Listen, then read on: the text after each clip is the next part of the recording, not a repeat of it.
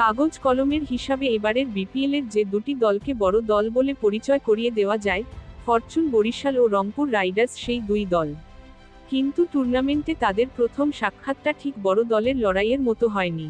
মিরপুর শেরেবাংলা স্টেডিয়ামে আজকের দ্বিতীয় ম্যাচে বর্তমান চ্যাম্পিয়ন বরিশালকে 8 উইকেটে হারিয়ে একপেশে জয়ী তুলে নিয়েছে 2017 সালের চ্যাম্পিয়ন রংপুর রাইডার্স। তীব্র ঠান্ডার মধ্যে হওয়া ম্যাচের শেষ দিকে কুয়াশায় প্রায় ঢেকে গিয়েছিল মিরপুর শেরেবাংলা স্টেডিয়াম। প্রেসবক্স থেকে মাঝ উইকেট অনেকটাই ঝাপসা মনে হচ্ছিল। তার মধ্যেই রংপুর ম্যাচ জিতে গেছে 5 ওভার বাকি থাকতে। 15 রানে 2 উইকেট হারিয়ে ফেললেও ওপেনার অ্যালেক্স হেলস আর 4 নামা সাইফ হাসান মিলেই শেষ করে দেন খেলা। তৃতীয় উইকেটে অবিচ্ছিন্ন 113 রানের জুটি হয় তাদের। ফাহিম আশরাফের বলে ছক্কা মেরে দলকে জেতানো হেলস 41 বলে 49 এবং সাইফ 46 বলে 62 রানে অপরাজিত ছিলেন। হারের সঙ্গে বরিশালের জন্য আরেকটি দুঃসংবাদ হতে পারত উইকেট কিপিং করতে গিয়ে মুশফিকুর রহিমের বাঁ হাতে চোট পাওয়া। ম্যাচ শেষে কোচ মিজানুর রহমান যেটিকে গুরুতর নয় বলে জানিয়েছেন।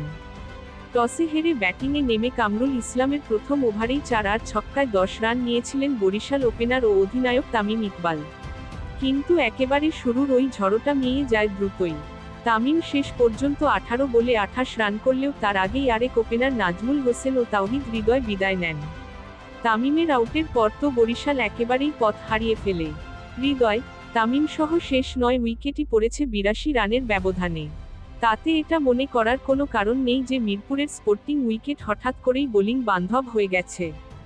বরং প্রথম 2 দিন এবং আজকের প্রথম ম্যাচের মতো এই ম্যাচেও ব্যাটিং করাটা খুব কঠিন ছিল না। বাজে শট খেলে সেটাকে কঠিন বানিয়ে ফেলেছিলেন আসলে বরিশালের ব্যাটসম্যানরাই। রংপুরের খুশদিল শাহ 18 রানে 3টি এবং ইফতেখার আহমেদ 10 রানে ও নাহিদ রানা 32 রানে 2টি করে উইকেট নেন।